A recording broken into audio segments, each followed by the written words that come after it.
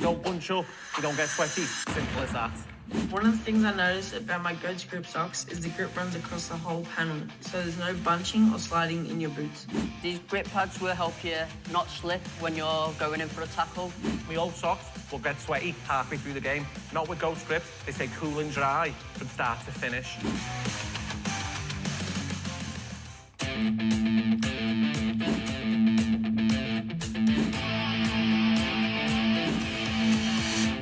These guards are so lightweight, you forget they're even there, but they still give solid protection. It's like full freedom to play a game without that clunky feeling. I used to wear bulky guards that slip down every game. These stay in place the whole time. These shin pads are stretchy, durable, definitely not be ripping anytime soon. Switch the goat sleeves now. They don't slip, they don't slide, nice and snug, nice and tight. It's crazy how light these things are. I've worn a lot of old school pads in my time. In these, are featherweight and super comfortable. Why are you still wearing those old clunky shin pads when you could be wearing these? I used to struggle with shin guards sliding all game. These are a game changer. Put them on, you don't even notice them. They're comfortable, keep you going until finish. It shows how fast you move on the pitch because it's stuck to the shin bone and does not slip and slide all around your shin. No distractions, no readjusting, just focus on the match.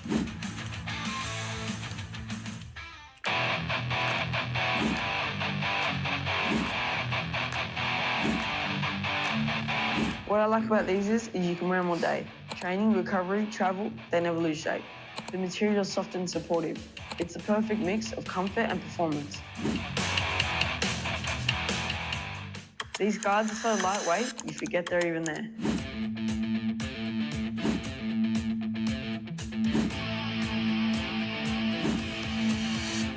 These guards are so lightweight, you forget they're even there, but they still give solid protection. It's like full freedom to play a game without that clunky feeling. Training, recovery, travel, they never lose shape.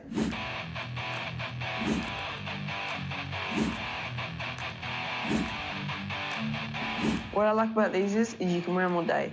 Training, recovery, travel, they never lose shape. The material is soft and supportive. It's the perfect mix of comfort and performance. Hello everyone, happy Saturday. Now I can already see we've got a lot of viewers who are inside YouTube who've joined us here today. Can I just get everyone or someone to give me a thumbs up if you can hear me okay and you can see me okay? So I can get someone on the comments just to give me a little bit of a thumbs up to make sure you've got me okay and you can hear me okay. That would be amazing. And we are going to get started in the next 30 seconds. We've got probably an action-packed hour and it might even go a little bit longer than an hour. And just remember, it can as well, or it will be recorded into our community. So hopefully everyone is seeing me loud and clear. And yeah, I've got a thumbs up. Thanks, Cooper Clixby. Fantastic, my friend. Okay, so a couple of things that we're going to be covering today. We're going to have a little look at a foundational beep test today.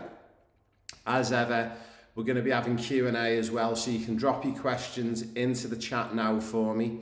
If you're joining us for the first time as well, guys, and you're interested to get more information, we'll share all of this into the show notes a little bit later on as well.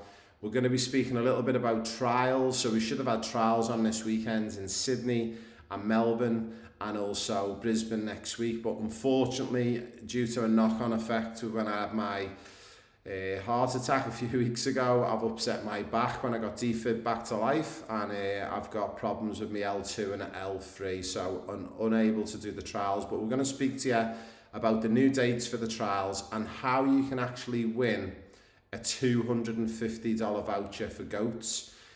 Also, Ford Jokic, if he's online, or if not, if he's watching this back, or if you're friends with Ford, let him know. But we're going to be covering one of the questions that Ford gave us through the week, and it was all around fullback mastery, and we're going to do a masterclass.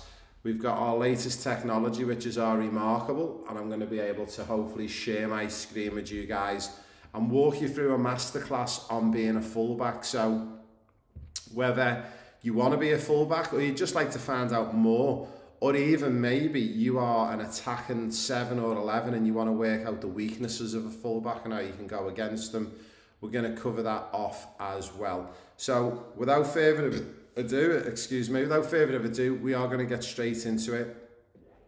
I'm going to share my screen, and the first thing that we're going to have a little look at is what we called a foundational beep test, and I'm going to show you and give you a little bit more context, and this is going to help everybody. Now, most of you will know that on my, and hopefully we're getting this okay.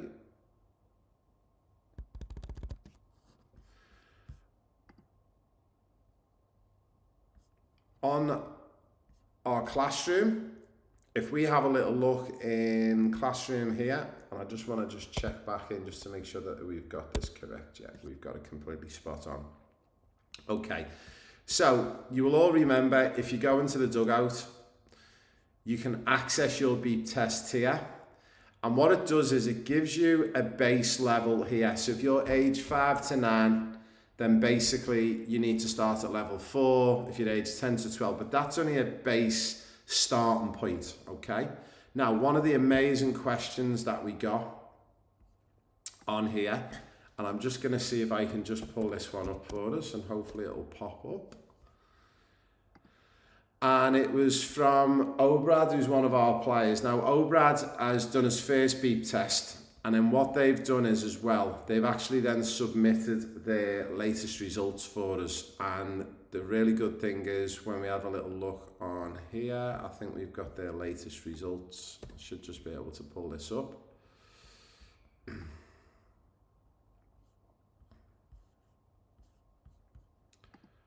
We recently submitted a GOAT test record sheet on here. Now I'm going to see if I can pull up those results, because we actually had some results sent in, and I'm going to give you an example on how we do this and how we work this out. I'll just see if I can find the original message. And I'm not sure if it's going to come up on here, but I will just go back into the community and just see if I can search the beep test. So we got Josh's on there.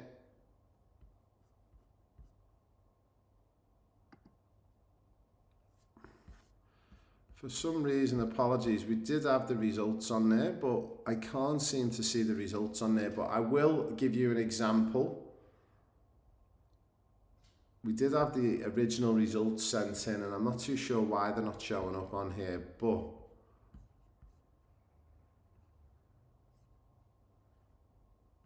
okay, no bother, we'll come back to that one anyway. But what I'm going to do is, I'm going to give you what we call our foundational view. So, once you go back into the classroom, and if you have come into the classroom and you've got your beep test, so once you come into classroom here,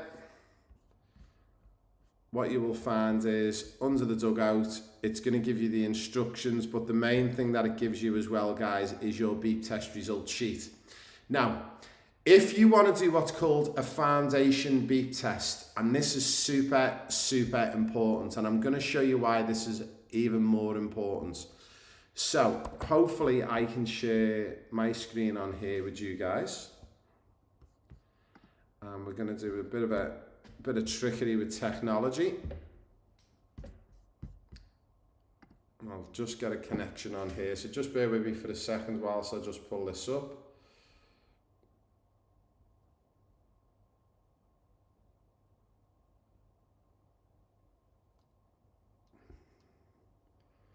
Amazing. So everyone should be seeing my screen. So the reason why we do what's called a foundation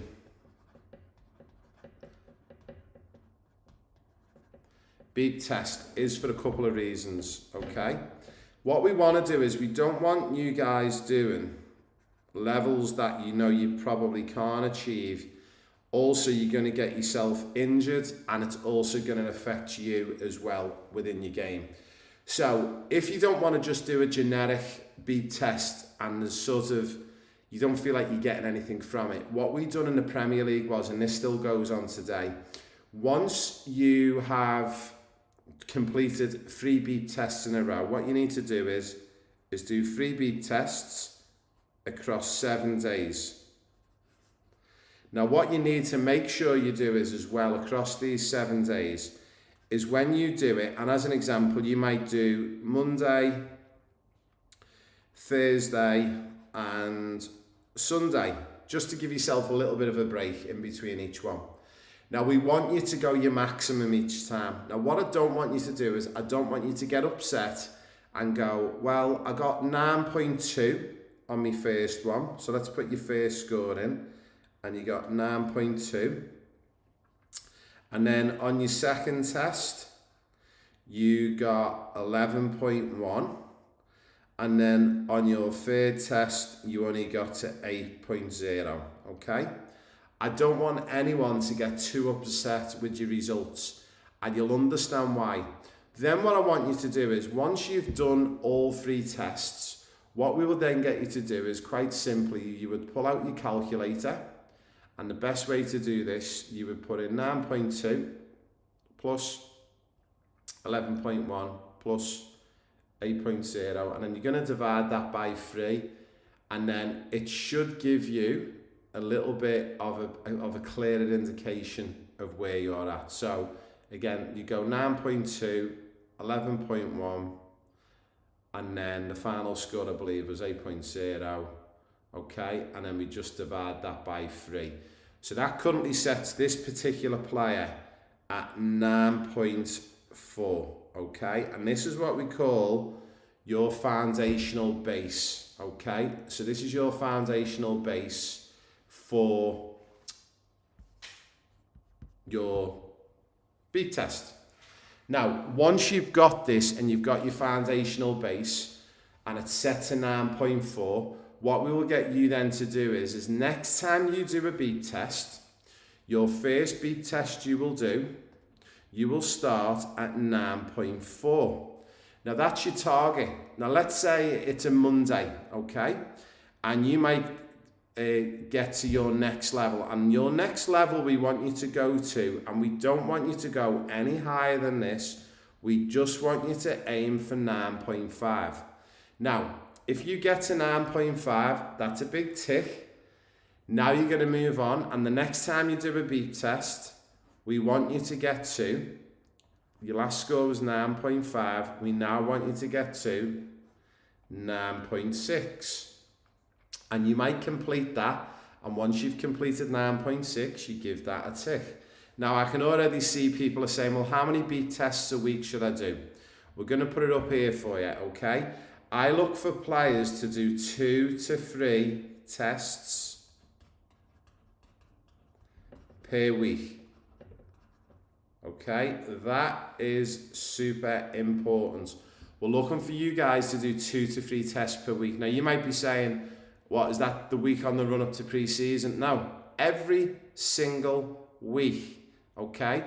The reason why we do our beep tests, it improves acceleration, it also improves deceleration, and it is going to improve you as a player as well. It's going to build up strength around your ACLs. It's also going to build up strength in other areas of your legs, your hips, your lower back. Now, I can already see some of you saying, okay, well, let's say I do 3 a week, and on the third go, my new target is 9.6, but I actually only get to 8.8, and that is deemed as a failure. Now, making mistakes and failing is okay. Now, because you failed at that, you're going to give that a break now, and what we do is we get you to then give yourself 3 days rest before your next beep test. So you've got to take 3 days off, okay? Then when we go back to our next testing day, we then go to back all the way to 9.6 because that was our last failed test. So we go to 9.6, okay? And then if we fail again and we get to 9.1, Again, we go back to 3 days rest, okay, just here. And then we give it 3 days off, and then we go back again and we try again, and we go for 9.6. And remembering, we're only going up in 0.1 increments. We're not expecting you to go up 1 or 2 levels on the beep test each time, okay? Now, this time you've done 9.6, your target is 9.7. And you've done it, congratulations, okay? Now, one of the final questions, and we always get this, is if I feel like I can go to 10.2, do I keep going? No, you don't. I cannot make this any more clearer. You do not go above your target. So if you get to 9.7 and that's your target, which is here, once you've got to 9.7, even if you feel like you've got lots in the engine, stop, okay? Because then remember, you've got another day's rest, and then you're going to go again and try and get to 9.8, okay? So hopefully that explains a little bit about your foundation beep test.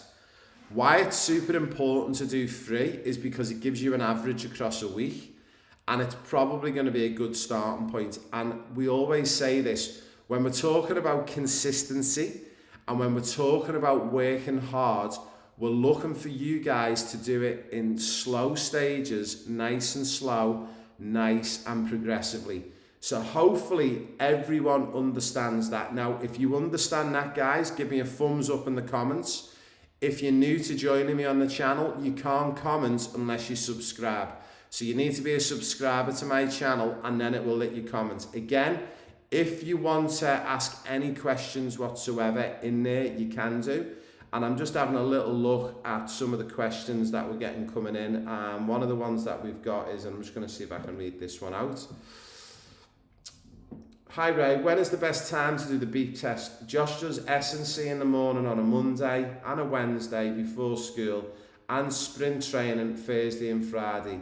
There is training games every week. So that is a great question. Okay, now, if you're someone like Josh and you're doing that much training, and what I'm going to do is I'm going to come back out of this screen, and I'll see if I can get back into this screen here, and I'm going to take you all the way back out to the Pro Player Pathway here. Now, if you come in here, remember, section number 12, how many hours a week? I want you to have a look at your hours a week. So that is a great question for young Josh. Now, I would say if you guys are doing that much sprint training and stuff, I would say you only need to do a beep test 1 to 2 times a week, okay? But also you need to make sure that in those additional sessions that they do with S&C on a Monday, also if they're doing things like sprint training. So I would say for you guys, Josh needs to do 2 beep tests a week, no more, but not 1. He needs to do 2, because let's be honest guys, a beep test takes 10 to 12 minutes maximum, okay? So my advice would be, once you've checked how many hours a week you're doing, like we've got on the screen here, my advice would be, once you've mapped your hours, do 2 beep tests a week. Now, if you're not doing strength and conditioning, sprint training like Josh Vella, my recommendation is you need to get your arses out, guys, and you need to be doing 3 a week. 3 would be the minimum and the maximum. Now, what you're going to notice is, you're going to notice that you're going to feel a little bit more tired each evening, you're going to feel a little bit more achy the next morning, but if you recover properly and you sleep properly and you eat properly, and again, if we're speaking about eating, classroom, your DNA test here, which is your food and drink intake. If you've never done one of these, drop me a DM in the school community and we'll get you set up to get one done, okay? Now, one of the other questions was from the Vellas, when is the optimal time for a player to do it? I would say for me personally doing a beep test, the optimal time is you do it on the same time every week. So if you're going to do it at 7 in the morning, out in the backyard or over at the park, do it 7 a.m. on a Monday, on a Thursday and on a Sunday. or the 2 or 3 days that work best for you. Keep the time of day the same, and also make sure you wear the same footwear. So if you're on grass, wear your football boots. If you're on concrete, wear your runners. You might have a local tennis court you can go down to. I'm not really bothered on what footwear you wear and what the surface is, but for me, in an ideal world, yeah, we would have like boots on and you go and do it on a pitch. Now what you're going to notice is if you do a beep test on a grass pitch, your score is going to be completely different than doing it on a tennis court with a pair of runners on. Your scores are going to be a lot less on a soccer pitch or a football field. But for me, just be consistent with the time of day and also the surface and the footwear that you wear. Because what I don't want you to do is, guys, is when you drop in the classroom here and you go to the dugout and you go to beep test and you pull up your sheet, I don't want you to give me 3 scores and you know that one was on a football pitch, one was on an artificial and one was on concrete. Those scores are not going to be a good average for a foundational base. So again, get consistent with everything you do and make sure you stick to the same thing. Now, also, I'm having a little look, he's doing 14 hours per week. So again, you should know your hours because you're then watching in the section on Pro Player Pathway under classroom. If you go into your how many hours a week, which is section 12, you'll know if your hours are right. Remember, if you're 13, you need to be doing 14 hours, but you need to watch this section. We've covered this that many times. I'm not going to go through that one with us. Should we do the beep test before training or after training? Right, this is a really, really great question. I love this question. Now, one of the things that we get is a lot in Australia, and especially sometimes in the USA, parents feel that the coaching and the standard of the coaching is not that great, and you don't feel like your son or daughter's being pushed. The best time to drop a beep test in is before the session, because if they can squeeze one in before the session, that means they're going to be a bit more physically tired, they're definitely going to be warm, and they then might find that so-called easy session a lot harder. I wouldn't do it after the end of the session, quite simply because if you know your kid's getting coached and the coaching's not great or the level of players around your son and daughter's not amazing, the best way you can even the balance out, and this is a great trick for development, get them to do a beep test 30 to 40 minutes before the session, get them to go to the maximum and to try and get to the target. So if the target's 9.4, try and get them to 9.4, then give them a drink, and then make sure then that they then go into that session. Now what you're going to find is, because they're more physically tired and worn out, that session that's normally super easy all of a sudden might start to become a little bit harder, and that's actually going to help them with the development, and it's a great way of balancing. So that is a great question. Well done on that one. Now also one of the other final ones that we've got on this one before we finish off is, should we be wearing our GPS tracker? 100% you should be wearing your GPS tracker. Your GPS tracker is absolutely invaluable to your success. So I want you to wear your GPS tracker as much as possible, more so on your beep test days, because what we've got coming up in the next couple of weeks, in the next 7 to 10 days, we've got a little bit of a surprise coming up. This is going to excite everyone in relation to GPS and match objectives. On that note, what we're going to do is, guys, I'm seeing a couple of questions dropping in, but if you haven't dropped a question in, please drop the question in for me now. I'm going to give you all 60 seconds. Go and get yourselves a quick toilet break, a quick glass of water, go and get an apple or something, and we will be back with you in a couple of minutes' time, and I'm just going to leave you with a couple of our ads, and we'll see you very soon. You don't bunch up, you don't get sweaty. Simple as that. One of the things I noticed about my Goats Grip socks is the grip runs across the whole panel, so there's no bunching or sliding in your boots. These grip pads will help you not slip when you're going in for a tackle. My old socks will get sweaty halfway through the game. Not with Ghost Grip, they stay cool and dry from start to finish.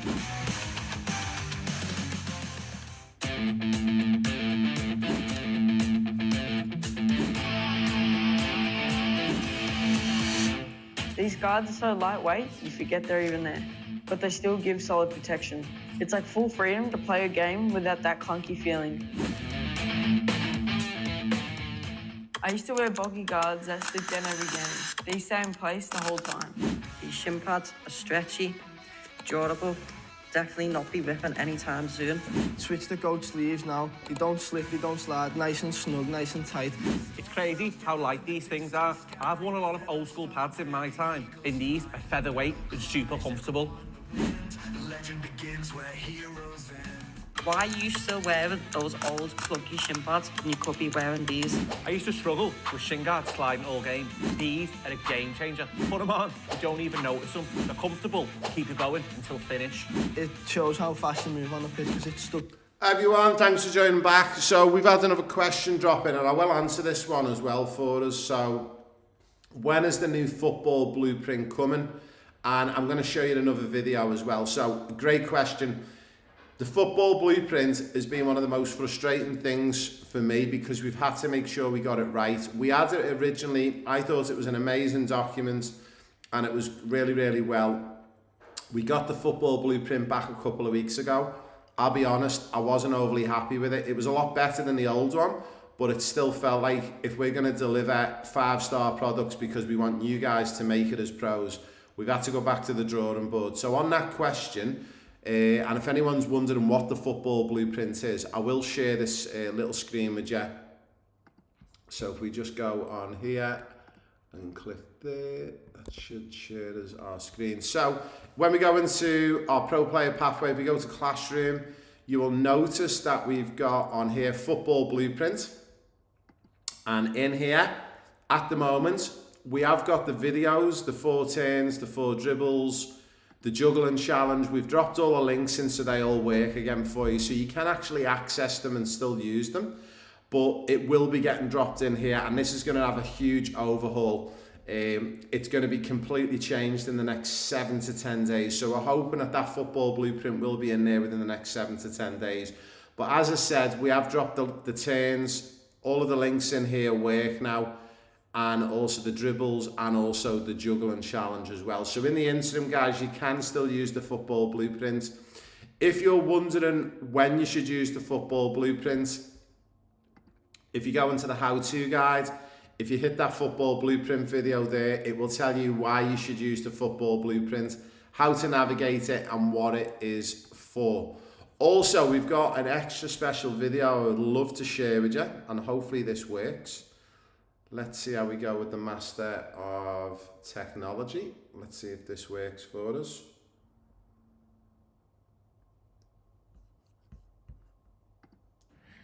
Here we go. Massive congratulations to Raymond Hood, founder of GOATS. Raymond has just reached an unbelievable milestone, giving away over $10 million in scholarships to young football players around the world.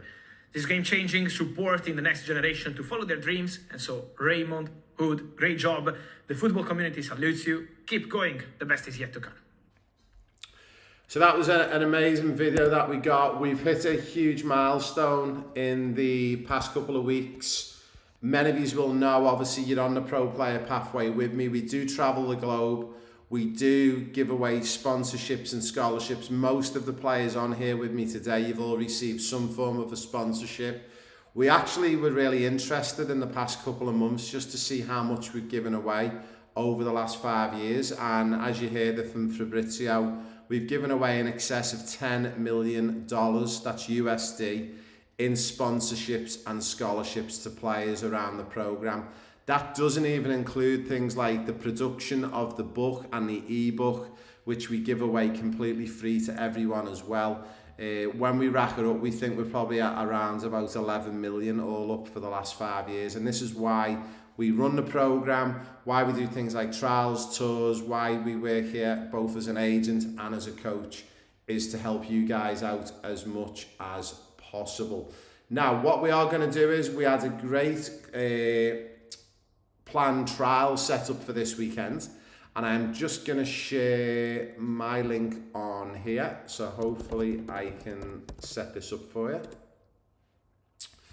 So if you go to my website, theraymondswood.com, and if you go to latest news, you will see we've got trials on here. Now, unfortunately, due to having a really bad back at the minute, we've had to cancel these. Plus, I think it worked out well because I've been told that in Sydney and Melbourne, you guys are going through a lot of heat at the moment over this weekend, and there's heat warnings everywhere, so it's worked out for everyone. Now, if you click on Sydney Trials, it will give you the new dates, 10th of January, 10 to 12, and it's at Centennial Parkland Sports Centre. Also, we have got Melbourne, which is at La Trobe University, and it's on the 11th of Jan between 10 and 12. And then also, just to be safe, we did move the Brisbane Trials as well.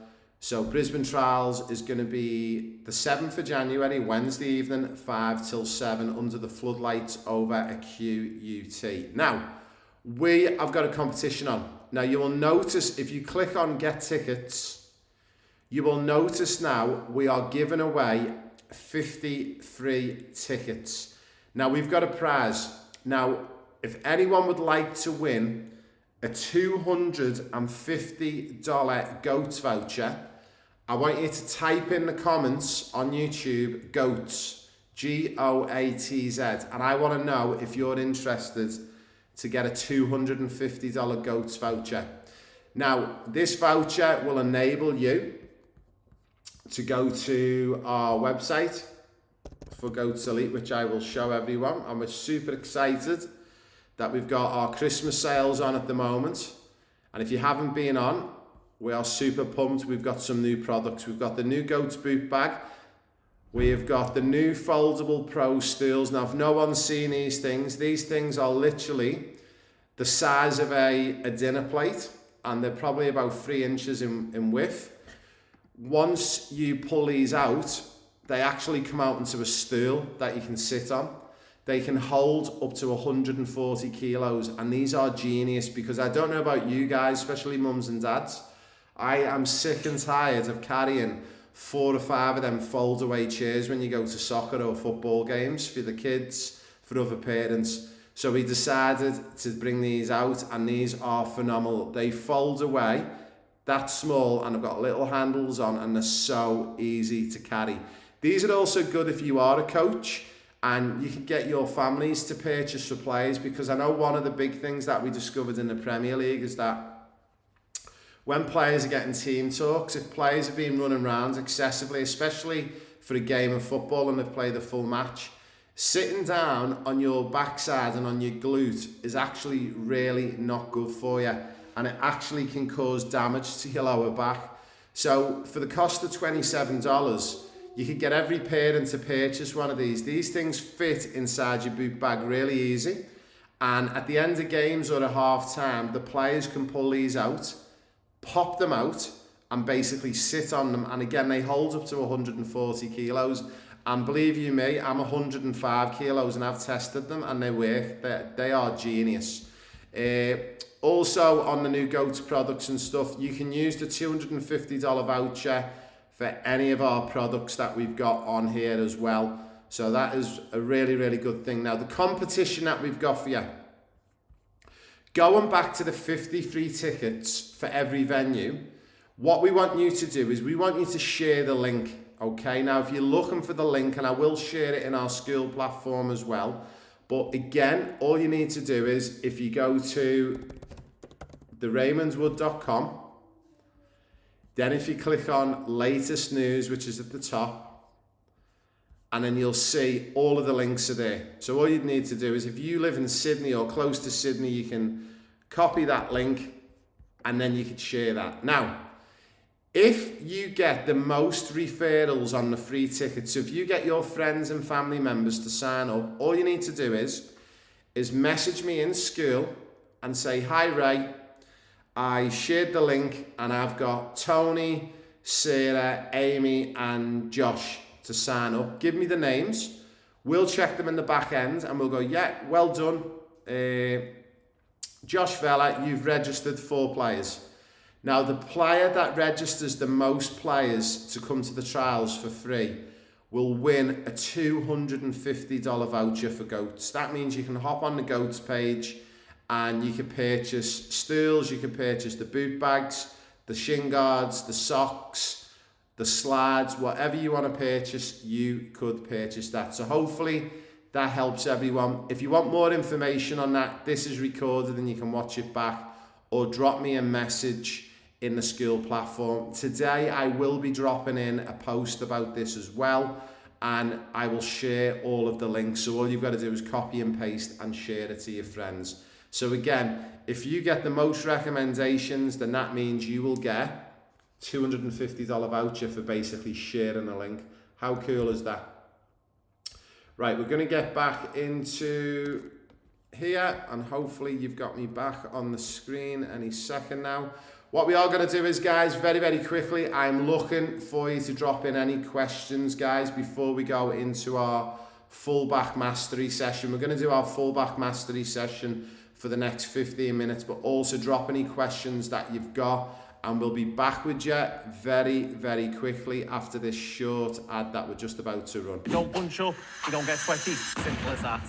One of the things I noticed about my Goats grip socks is the grip runs across the whole panel, so there's no bunching or sliding in your boots. These grip pads will help you not slip when you're going in for a tackle. My old socks will get sweaty halfway through the game. Not with Ghost Grips, they stay cool and dry from start to finish.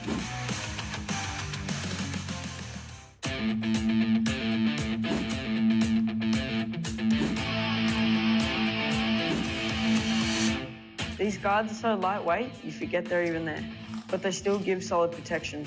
It's like full freedom to play a game without that clunky feeling. I used to wear bulky guards that slip down every game. These stay in place the whole time. These shin pads are stretchy, durable, definitely not be ripping anytime soon. Switch the Goat sleeves now. They don't slip, they don't slide. Nice and snug, nice and tight.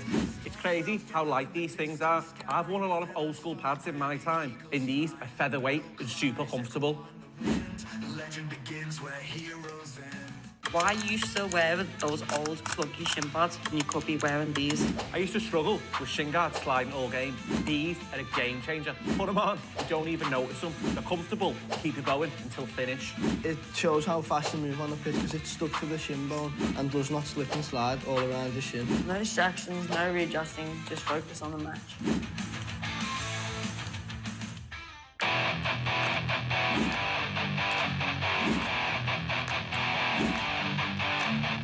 What I like about these is you can wear them all day. Training, recovery, travel, they never lose shape. The material is soft and supportive. It's the perfect mix of comfort and performance.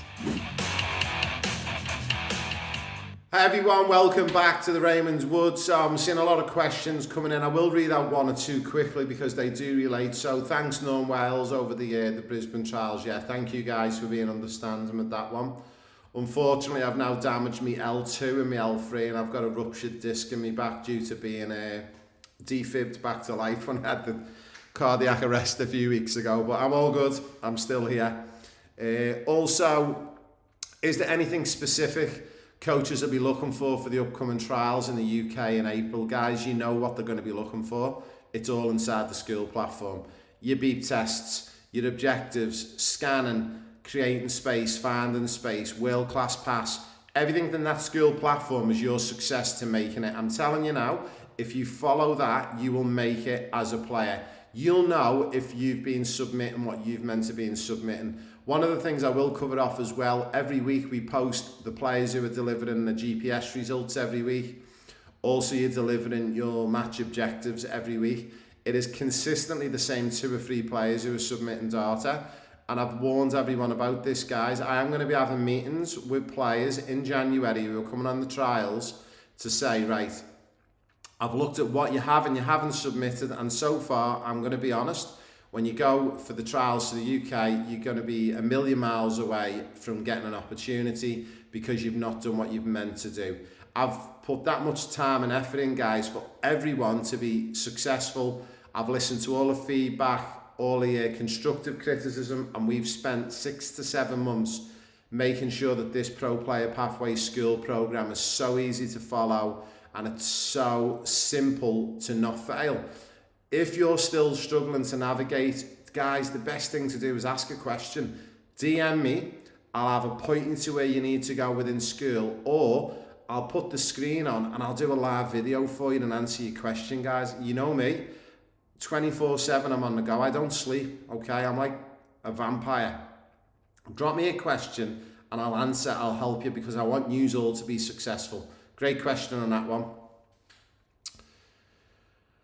Okay, now what we're going to do is we're going to get into our next section, and I want to get into this pretty quickly. So what we're going to do is I'm going to try, and with the magic of technology, we're going to try and do a little bit of a screen control here, and I'm going to try and take you to my Remarkable, and I'm hoping that, yeah, that is working. Now, what we're going to have a little look at here is we're going to do a little masterclass for the next 15 minutes, and a big thank you to Ford Jokic and the family. Now, one of the questions that we got from Ford was basically, what are some of the things we need to look at as a fullback, whether you're a left-sided or a right-sided? So I've pieced together all of my information. I've done a brain dump in the last 48 hours, and I'm going to cover this off. So there's a couple of things that we need to think about, but just so everyone understands, when you play in this particular position, you have 4 core responsibilities.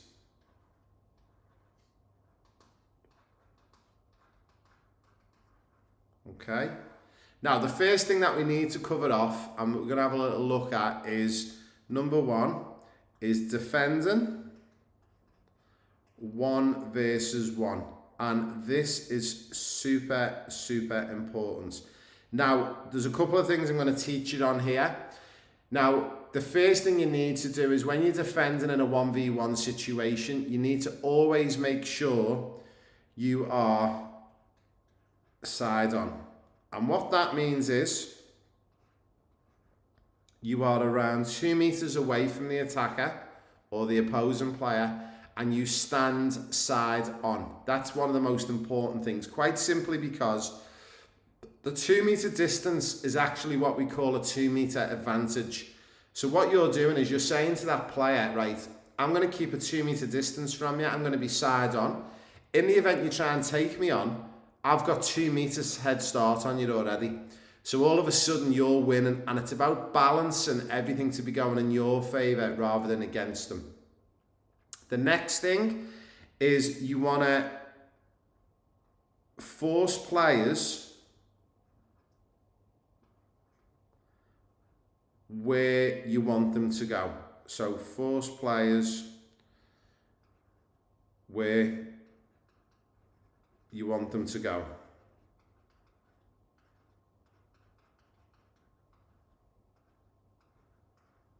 Now, what I mean by that is, let me give you a quick example. You might be the defender here, okay? And you might have teammates here, and we've got the goalkeeper here, and the attacking player is coming down this side, right? Now, the X's are your teammates. For me, you would want to force this particular player into here. Quite simply because that's where you've got all the numbers. We don't want him coming down the sides of you here, because if he gets down here, what will happen is these players will all move across, and that will create what we call a big pocket of space here for the attackers to get into, okay? So we want to make sure you force them where you want them to go. Okay, so that's number 1 on the 4 core responsibilities, okay? The next thing on the 4 core responsibilities that we're going to look at is number 2, is when we're talking about supporting the build-up.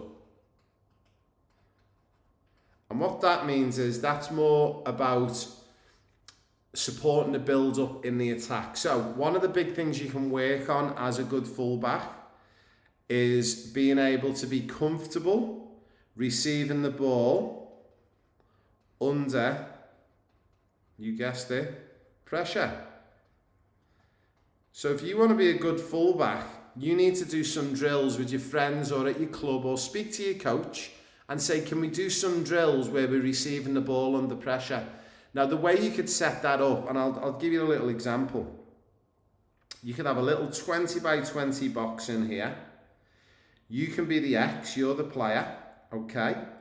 And then you've got an opposing player here, and they drive a ball into your feet there, And once they've driven that ball into your feet, it's then a 1 versus 1 game. So you're instantly under pressure to not only secure the ball, but you're also in a little 1v1 situation. So that's a great way of doing a game where you can put yourself under a little bit of pressure and you can build up that pressure. So hopefully that one explains that one a little bit. The next one is learn when to come inside. So when we talk about inverted, okay, so coming inside and learning when to go outside, or when to what we call stay wide, okay?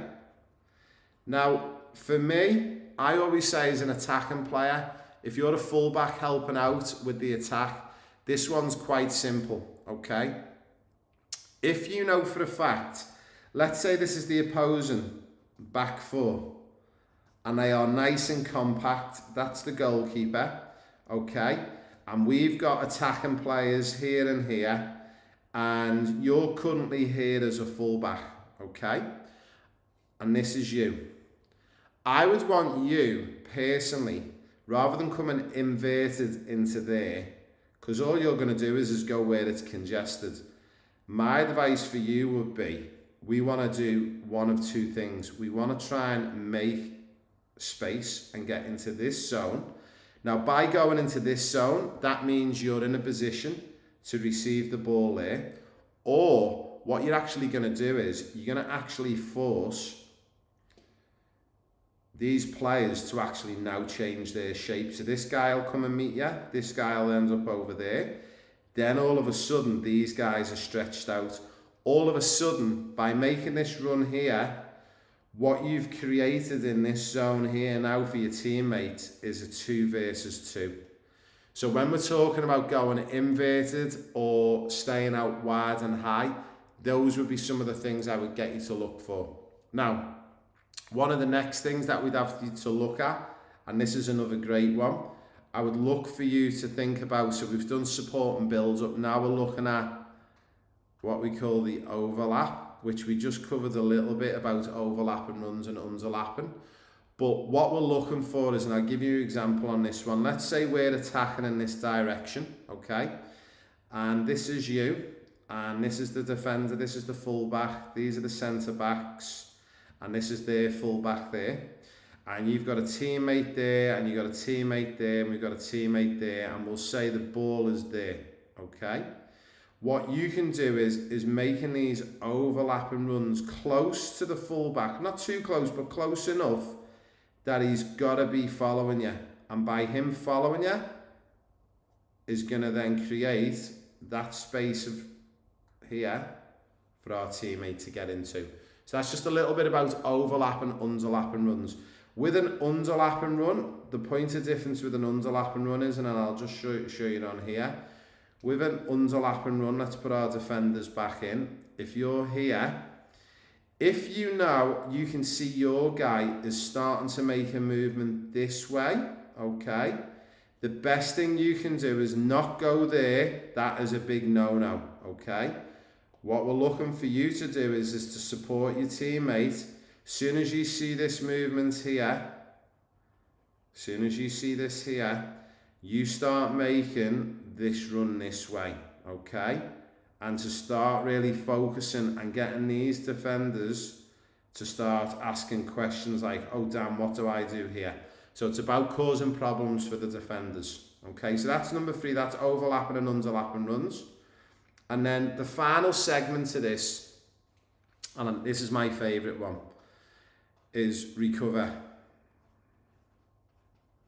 And why this is so important, and I cannot explain it enough, but recovering fast.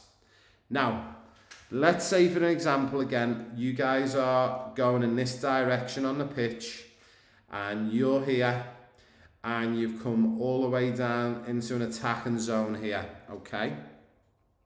Unfortunately, the centre back here has just won the ball, but you now find yourself here. What I want you to do is, and your big focus is, because you've now gone here to support the attack, the biggest thing, and we teach this at Premier League level, this is like a golden standard for fullbacks. You never, ever, ever try and win this ball back there. That is the wrong thing to do. What we look you to do is, and it's dead simple, we look to recover behind the ball. And it's RBB, recover behind the ball. What we look for you to do is make this run here, not getting too close to the defender here with the ball, because we don't want him to force him into playing that ball early there, because that's going to catch you out and it's not going to allow you to get back in.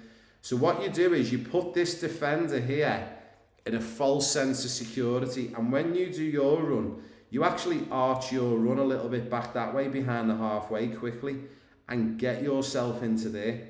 And the reason why we do is because we want to have what's called a numerical advantage. We want to have a numerical advantage behind the ball. All of a sudden, if we've now got 7 players behind the ball and they've only got 5 in front of us, that means we can now, from this position, look to go and attack and win the ball. So hopefully that gives you a little bit of an explainer, and it'll give you some of the things. Now, what I have done is, and I'm going to go through this very quickly for a couple of minutes, I'm going to give you a little bit of some of the technical work that you can work on to help with this. One of the big ones that you can work on, guys, is technical touch. And we spoke about this before, under pressure. And if you're struggling for some of these ideas, guys, you know the place you can go to? You can go to a place called, and it's an amazing place, it's called The Dugout, and it's on the school platform on here.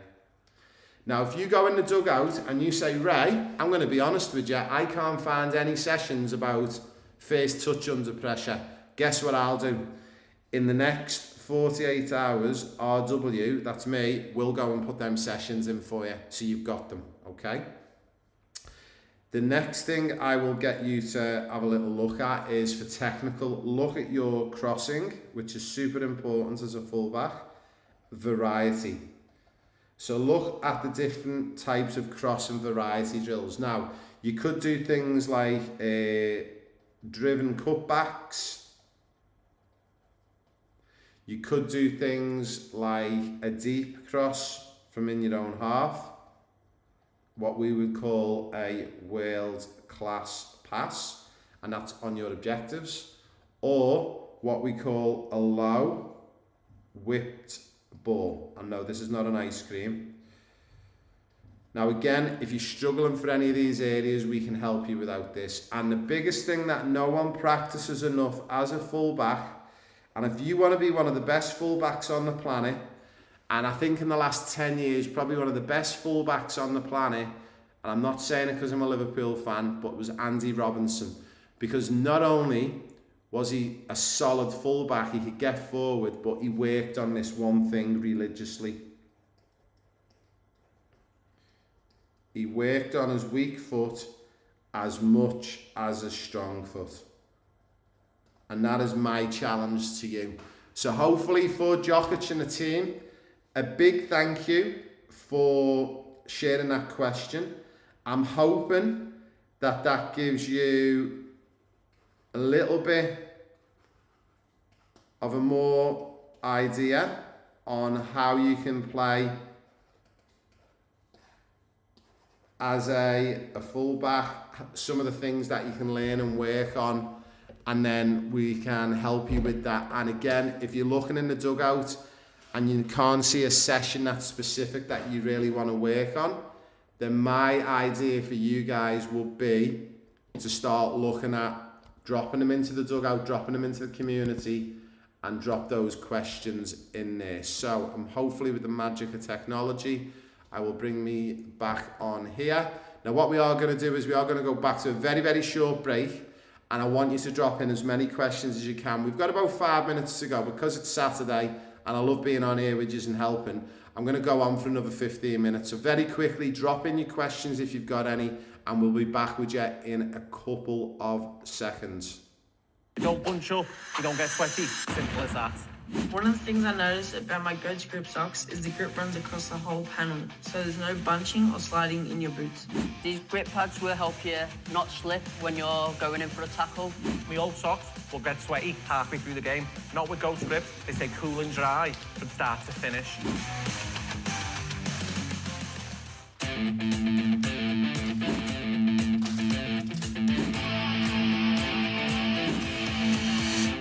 These guards are so lightweight, you forget they're even there, but they still give solid protection. It's like full freedom to play a game without that clunky feeling. I used to wear bulky guards that slip down every game. These stay in place the whole time. These shin pads are stretchy, durable, definitely not be ripping anytime soon. Switch the goat sleeves now. They don't slip, they don't slide. Nice and snug, nice and tight. It's crazy how light these things are. I've worn a lot of old school pads in my time. In these, are featherweight and super comfortable. Legend begins where heroes end. Why are you still wearing those old clunky shin pads when you could be wearing these? I used to struggle with shin guards sliding all game. These are a game changer. Put them on, you don't even notice them. They're comfortable, keep you going until finish. It shows how fast you move on the pitch because it's stuck to the shin bone and does not slip and slide all around your shin. No distractions, no readjusting, just focus on the match.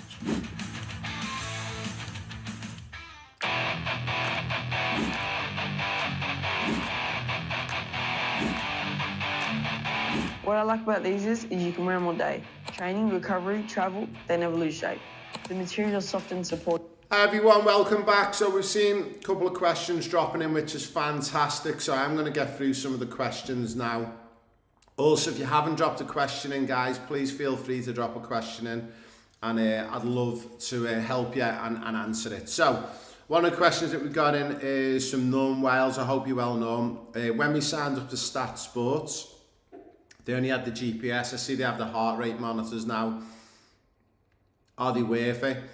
I'll be honest, if your son or daughters have got like Apple Watches or Android watches, they're all capable of recording the heart rate. I wouldn't necessarily go out and spend money on a heart rate monitor, quite simply because you've got to wear it across the chest. And I'll be honest with you, the feedback that we had over the years, a lot of the players found them super uncomfortable, and I think the actual benefits of them, I'm not sure really the benefit really of it. And I think if you're training properly, you're doing your hours, you're wearing your GPS as much as you can, you're doing your 2 to 3 beep tests a week, you're following your objectives, you don't need a heart rate monitor for me. That might be more specific once your son and daughter signs for a pro club, and they will do what we call loading testing, and they will get the heart rate monitors checked individually every now and again in sessions. But for me, I wouldn't waste your money. I would go and spend it, maybe go to the goat store, go get some goats equipment instead. I just don't really think it's worth it, to be honest. Hi guys, I just want to let you know, it's Gav here. I had to switch to Mum's account because I couldn't comment on the account since I'm under 16. Is there a way to make future calls more fit for under 16s? So again, obviously, if you don't know, everyone in Australia, for our families here in Australia, the Australian government have decided to ban social media for anyone under 16, but I don't think they've realised the ramifications of it, because they think they're doing it because there's a lot of negative things on social media, but also there's a lot of positive things, i.e. like, as a mum and dad, if you're on this programme and my son and daughter's on this programme, I haven't got time really to be watching this with them, but I want them to be able to log in and to be able to do the call and comment. This is the disappointing thing. Unfortunately, what we've got to do is you've got to come up with other ways, like get mum and dad to log into the YouTube account under their name. It is a real shame, and I think the Australian government, and again, this is my personal opinion, I just think it's ridiculous the way they've rushed into this. And I think if social media is governed properly by parents and by adults, there's no need to ban under 16s on social media. I'm not a fan of social media in general, but when it comes to platforms and things like this, Pro Player, and benefiting players and helping kids, I'm all for social media. But all the other stuff that comes with it, it's a bit of a bee's nest, and I don't really want to go into that one. So unfortunately, yeah, you're going to have to get mum or dad to log in onto YouTube. Again, you can always record, but if you want to comment and you want to drop the questions in, we will need you to drop them in via YouTube, because this is how we're running everything at the moment, just so we can really work with our global audience at the moment. Ray, when we are defending sideways, shouldn't we force them outside rather than inside? For me personally, as a coach, and I've worked at the top level, the way we used to always coach it, it was quite simple. You always show the player to where the numbers are. You want to send the opposing player wherever you've got a numerical advantage. For me, personally, you do not ever want to show a player down the outside. Quite simply because, and I'm going to show you something, because this is one that I feel like I need to show you this one. So let me just do a very quick screen share. So if I just do screen control, if I just do that, and if I can just get this technology going, hopefully you guys can see this. Now, I'm going to teach you something really quickly. Now, 86% of goals in the EPL come from an area called Zone 14. Okay? And Zone 14 is basically this zone here. So this is Zone 14. Now, in England and in Premier League, we split up the pitch, one half of the pitch, so this exact half that you see here, it's split into all mini zones and sections, and we use those zone numbers. So as an example, this is like Zone 1 and 2. So we can get an understanding, and that's just giving you a base idea. But the reason why we do not want to send players down the outside, and I'm going to show you why, and I'm going to just wipe this screen clear so I can actually show you what happens. Let's say you've got a goalkeeper here, and we've got a defender there, and there. And I am defending here, and I've got an opposing player here. For me, I want to send the player there, because I've got 1, 2, 3, 4, 5 players to take that player on. Also, what we're going to limit the player into is shooting from long range. Now, if your goalkeeper gets beat from this distance, then you need to swap your goalkeeper. It's quite simple. Now, the problem we've got here is, if we show this guy down here, this is what will happen. And I'm going to show you something. This defender, number 1, will go there. The goalkeeper will go there. The second defender will come here. The third defender normally comes there. And then you've got the fourth defender will stay there. All of a sudden, if this player's got the ability to cross the ball back into Zone 14, 9 times out of 10, this is where players and teams overload. You end up with a 2 versus 1 here. And they end up with a free shot on goal to score. That is why, for me, you never, ever, ever show players to the outside. And it kills me in Australia and in the USA, and coaches are teaching players to show them the outside. It's the biggest mistake ever, because what we've done is, with the stats in the Premier League, we've discovered, quite simply, that 84% of the goals come from Zone 14, and they come from a cutback, because you're taking the whole defence out of balance. What you're doing is, in this situation, you are shifting the whole team all to this side, and their focus is here, and it leaves a huge gap here to attack. Now, if you're a coach or a mum and dad watching this, you can use this to your advantage. And if you're a wide player, what my advice would be to wide players in this situation, if you're a wide player and you're starting here slightly inside, I would fake a run to here and get a teammate to overlap in here, and then you feed the ball to there. And then the trick with it is, you don't want to cross the ball from here. you want to get to this point here to the byline, because this will affect the goalkeeper. This will affect all the defenders to come in. And then you can play a simple ball into zone 14 here, and normally it's an easy finish into the goal. So that was a great question, and that shows you what you get shown or educated in Australia and in places like the USA is completely wrong, and they're teaching you the wrong thing to show players to the outside. Now, if you know your team defensively are not going to get sucker punched into coming all the way across and transitioning all the way across, and they're going to maintain position, I would then say maybe you might send them the outside. But for me, rule of thumb, forget sending players to the outside. For me, I always love to send players to the inside, send them where you've got a numerical advantage, and away you go. That was a great question. Next one that we've got, let's have a quick look. Hi Ray, want to let you know, so we've just had that one.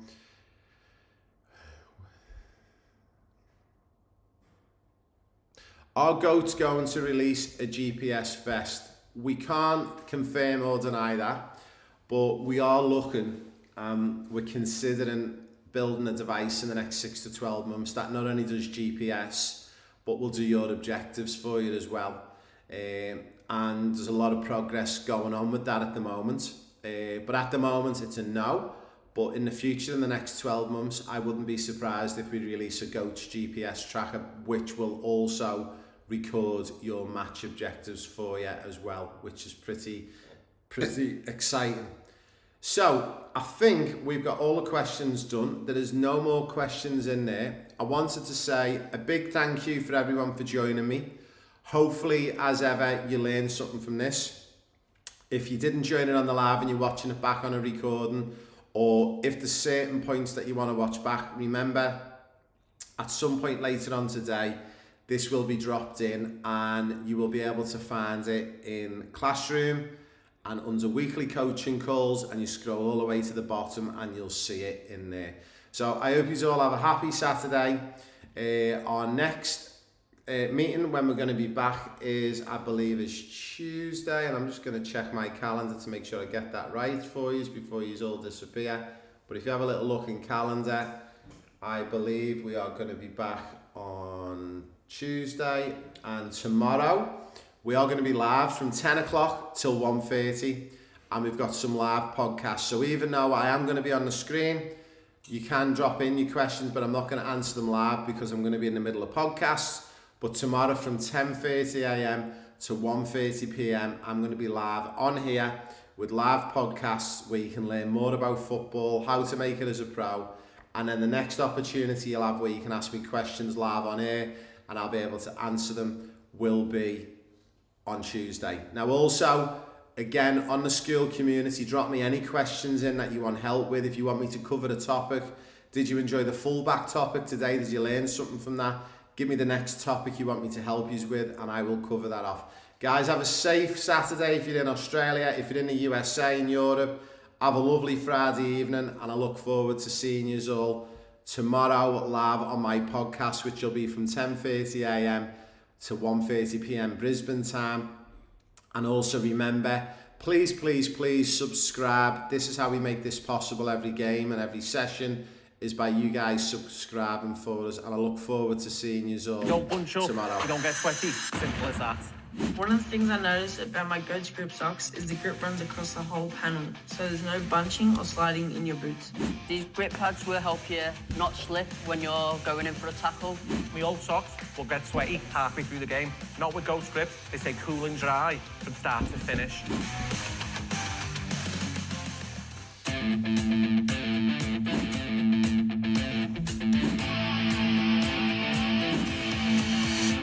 These guards are so lightweight, you forget they're even there, but they still give solid protection. It's like full freedom to play a game with